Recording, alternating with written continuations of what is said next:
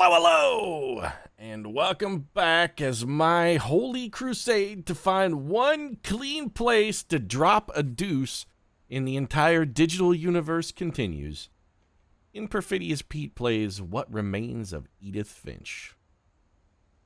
A clean bathroom in a video game.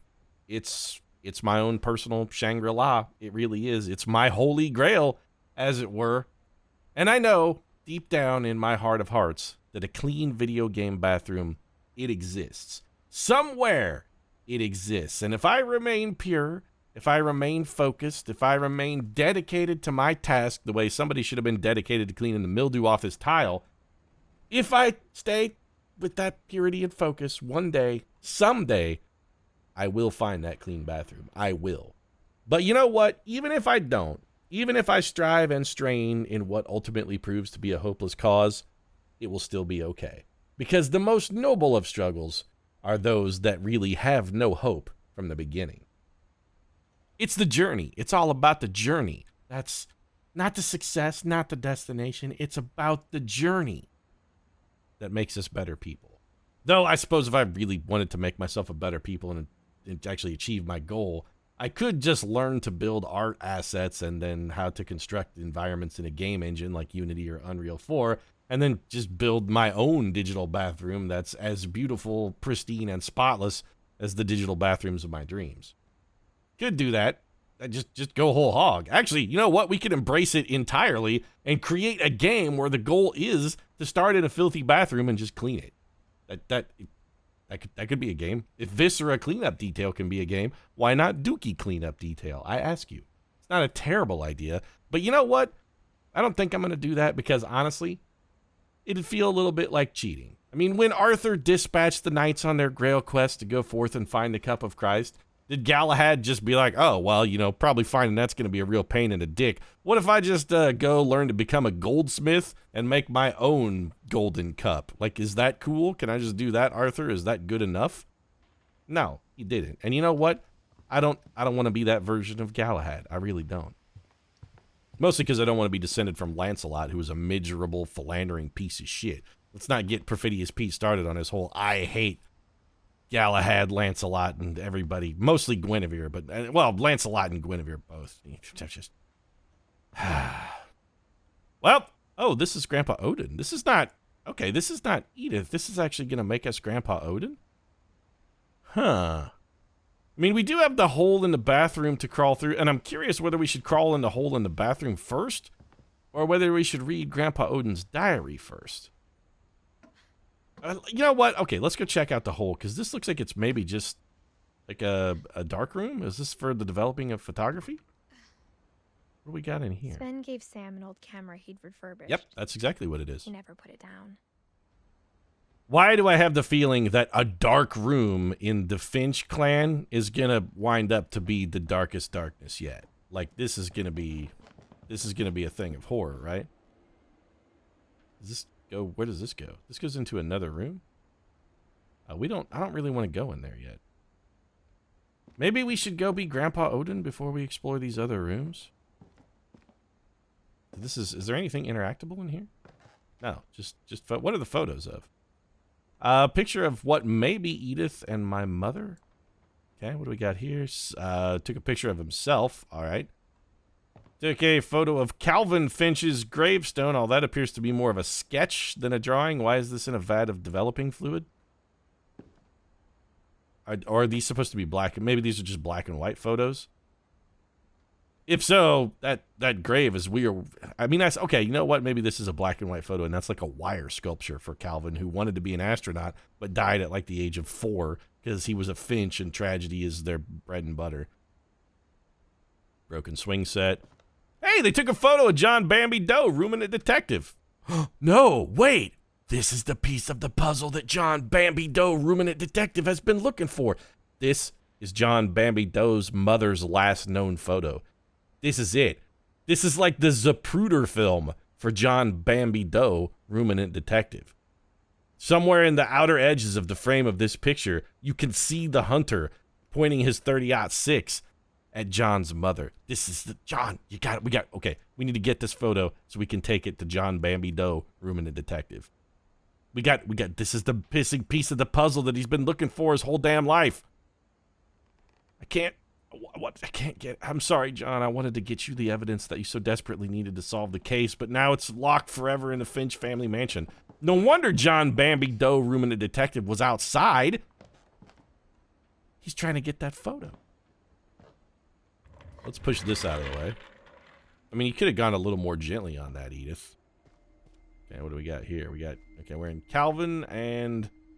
Oh, right. So the room where they made this boy live into the shrine of his dead brother for like a really, really disturbingly long number of years. I'm guessing that probably didn't fucking twist him at all. Although he did grow up to be a war hero, apparently. So, you know, there's something to be said about that. I knew Grandpa Sam had a twin. Wait, Sam was her grandfather?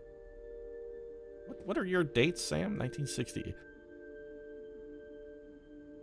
At 10 years old. Okay, so at 18. This guy measured his own height on a door till he was 18. That's a little weird, actually. Calvin died when he was 11. All right, so Sam always wanted to be a soldier. Calvin always wanted to be an astronaut. Sam grew up to achieve his dream. Calvin died in a tragic rocket ship accident. This is what happens when you let an 8-year-old, or rather, when did he die? An 11-year-old try and helm his own space program. It's always going to end in tragedy. I'm thinking maybe we should really go back and be Grandpa Odin, though, before we come into this room. Can we go back? Yeah, we can go back. Okay. You know what? Let's go be Grandpa Odin. We can always come back to Calvin and Sam. I'm not worried. I'm sure we'll wind up right back where we started anyway. I mean, that's what happened with Molly. When we go be Grandpa Sam, I'm guessing we'll also wind up right back where we started. Yeah, just go ahead and throw some boot prints on what is already a filthy toilet seat cover. I mean, I'm sure the detritus that's on the bottom of your shoes can't make it any more filthy than the gallons upon gallons of urine and feces that are already staining that carpet. All right, Grandpa Odin, let's become one with you. For 500 years, the Finches have been famous throughout Norway for their fortune and misfortune. Real news! Also, Edith, I really feel compelled to say you should be doing this in a 1920s movie guy voice. And now, real news from around the globe. For 500 years, the Finches have been famous throughout Norway for both their fortune and misfortune. Odin Finch buries the latest victims of the family curse, his wife Ingeborg and their newborn son, Johan. He also had the most magnificent mutton chop sideburns that man has ever known. One can assume that his wife was killed in the blowback from those mutton chops. He went in for a delicate kiss one evening, took her head off with the sharpness of the blades of mutton attached to the sides of his face. What will become of Ingeborg and their newborn son? So apparently Grandpa Odin remarried? On January 7th, 1937, he set sail with his family and his house, hoping to leave the curse behind. Ah, so never mind. I guess now we understand how the house sank. It's because this was the house that sank. And really, shouldn't the caption of this be, "Ridiculous Norwegian man puts his house on a boat and attempts to sail it across the ocean. His hubris is rewarded as all such ship-based hubris is. He finds the Titanic on the way down. The curse left behind for the family? Absolutely not. The curse enacted." But 40-foot waves off the coast of Washington send the house and Odin to the bottom of the sea. As is befitting all such maritime tragedies, 40-foot waves are not really conducive to sailing your house across the ocean. Also, Grandpa Odin wouldn't have really been better to just disassemble the house and ship it piece by piece and then rebuild it later rather than trying to sail it in one piece across the ocean? I don't know if this is a curse just as so much what you deserve for being an idiot. Curse or comeuppance, man hoisted on his own petard as deserved for his monumental stupidity. Odin's daughter Edie, with husband Sven and baby Molly, step ashore on their new home, Orcas Island. Little did they know that the infant cradled in her arms would grow up to be the most monstrous killer who ever descended from mankind. And in order to save humanity from having the elder god's children gnaw upon their unborn bones, they were forced to destroy her. They put her down at the age of 10 for the salvation and goodness of all others. Odin Finch is the first to be buried in the new family cemetery. He was buried 5 minutes after arriving on Orca Island because the Finches are fucking doomed. His daughter Edie is already dreaming of a new Finch house, Is Edie the baby Edie? Also, if Odin is buried in a wait, if Sven got buried in a family cemetery, then who's the guy in the picture wielding the saw? I mean, wait, can we go back on this? Nope, I guess not. Oh, we can. All right, hold on a minute. Odin was the first one to be buried on Orca Island. Odin back to the bottom of the sea. Ah, okay, so they buried Odin. Got it. Because for a minute there, I thought that maybe Grandma Sven, or great-great-grandma Sven, whichever one she is, I thought that maybe great-great-grandma Sven was, like, really into a rebound relationship. She's just like, well, my husband's dead. Guess I'll find a new one. That took all of 5 minutes. All right. I was, tempted to call you a bit of a trollop there, great-great-grandma Sven, but you know what? I rescind it. This is cool. You buried your father, and that's, well, I was going to say that's fine. It's actually tragic and heartbreaking, but not the end of the world. So how do we get out of this, then? Oh, here we go. Okay. So we have learned a great deal about Grandpa Odin. Now we know what happened to him. This family, it goes back a long ways. Yeah, I mean, back to at least 1880. What did Grandpa Odin do? Was the original house in Norway built on an ancient Indian burial ground? Because I gotta say, that seems fairly unlikely. They would have had to, like, import some Native Americans, then kill them, then bury them, and then build a house on top of them. I mean, that just seems like a lot of trouble. All right, so back to Calvin and Sam's room, then. Back through the hole. Here we go. All right. And in through the crawl space. What is this, by the way? Mitten. Oh, Milton with a swing on it. So this is a shrine to Milton, the other 11-year-old Finch. Okay. I don't want to imply anything untoward here, but let's take a look at something for a moment. This is a passageway or crawlway suited for a child's room. And the subtle crayon drawing on the wall tends to indicate that maybe children were probably the ones mostly using this passage. Which makes me question the presence of all the discarded liquor bottles. We've got a bottle of, like, bourbon. Is this wine? Perrot's Reserve. Nope, that's whiskey. So we got bourbon, we got whiskey, we have what appears to be a crushed beer can amongst a entire garbage can full of other empties. And then over here we got, bronze sealed distilled dry gin. So one of these two children had a drinking problem? I'm gonna guess maybe that person was Calvin, and that's perhaps what led to his demise? A drunken 11-year-old tried to pilot his own rocket ship into space and met with some horrifically horrible tragedy? Got a real kind of Exxon Valdez sort of scenario going on here. So we got space. Oh, okay, so there's their mother actually measuring them on the door. It's kind of cute. There's a guy holding a butchered. This is it. It's John Bambi Doe's mother's not second to last known photo. This is the man that killed her. We've broken the case wide open, but if only John Bambi Doe could find the evidence that he so needs right here. This is the portrait of a serial killer. He's posing with his kill. Wait, that can't be John Bambi Doe rooming its detective's mother. That's a buck. Yep, a doe would not have antlers. So it can't be John Bambi Doe rooming its detective's mother. But this may still be our killer. It sets a dangerous precedent. This guy clearly has an affinity for bringing down deer. What's to say he didn't one day get a doe license and do the dirty to John Bambi Doe ruminant detective's mother? This is another lead, John. We've got to follow this up. Okay, there's Calvin, and then there's an empty broken swing. Oh, that's heartbreaking. So what do we got over here? Odin Finch National Park. We're seeing a lot of these same photographs over and over and over again. Captured the secret lives of war photographers. Oh, is that what Lewis did in the war? Was he a photographer? Certificate of acceptance? United States Marine Corps. Okay, so Lewis was a Marine. Gotcha. Did they accept him into the photojournalism corps? Also was apparently a smoker. Smoke 'em Joes.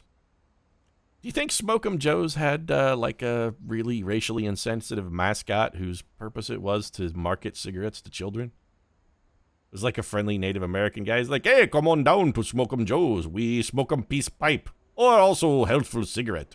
Smoke'em Joe's. Get yours today. That's not cool, Smoke'em Joe's. I'm glad you went out of business. The 5 Grand Generals. Okay. Sam Finch, 1963. Most improved player. Which means that at some point he sucked, and this is a pity trophy. Got it. Rocket ship, army vehicle, spacemen, tanks. Different colored window shades. Little unusual. Pogo stick! I want to ride. Okay, we're going to go open a thing because I want to ride the pogo. Here's the camera. This is old school right here. This one uses rolls of film, which, by the way, that box with all those rolls of film had to cost a pretty penny. Because back in the day when cameras still used film, that shit was fucking expensive.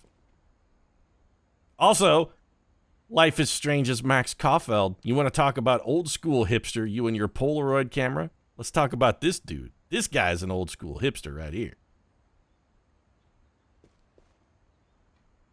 What is that noise?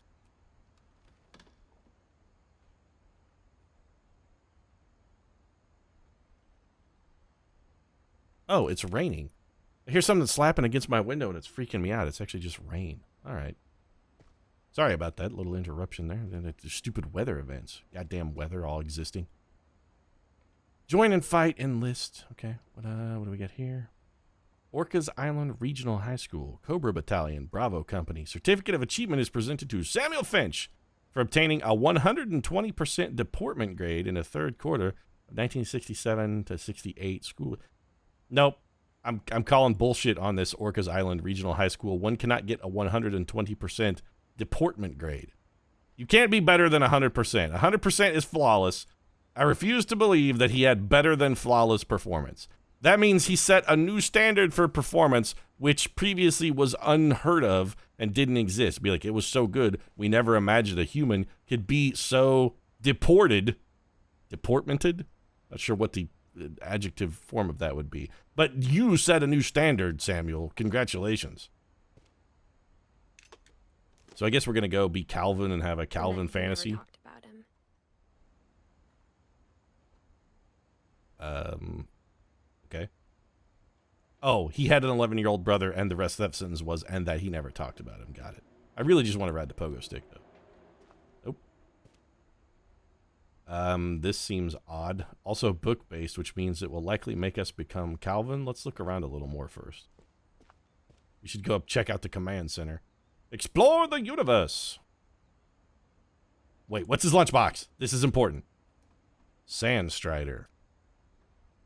Well, it's sort of like a sci-fi Knight Rider kind of thing. Also, why is this robot holding a can of beer? I'm telling you, this kid had a drinking problem. We've already solved the mystery of this. He got drunk and tried to pilot his homemade spaceship to the moon, and all he did really was just build a wooden spaceship and tilt it off the roof and die almost in exactly the same way as Grandpa Odin did.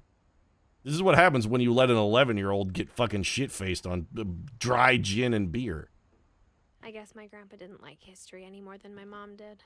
Or he really didn't like his 11-year-old's completely unaddressed drinking problem.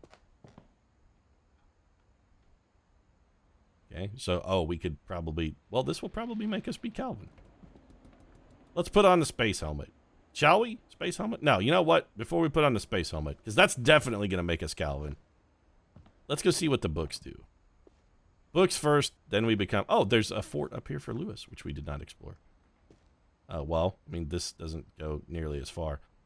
All right, I guess he doesn't have a command center. I mean, he could have made his own little army fort, and that would have been pretty badass. What's this do, then? It's another... That's going to be another secret room. Yep. This is some pretty elaborate secret rooming, Edith Finch.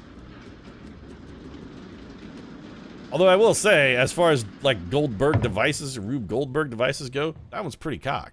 No, I don't want to go in here yet, though. I'm going to go be Calvin, then I'll crawl through your magic tunnel.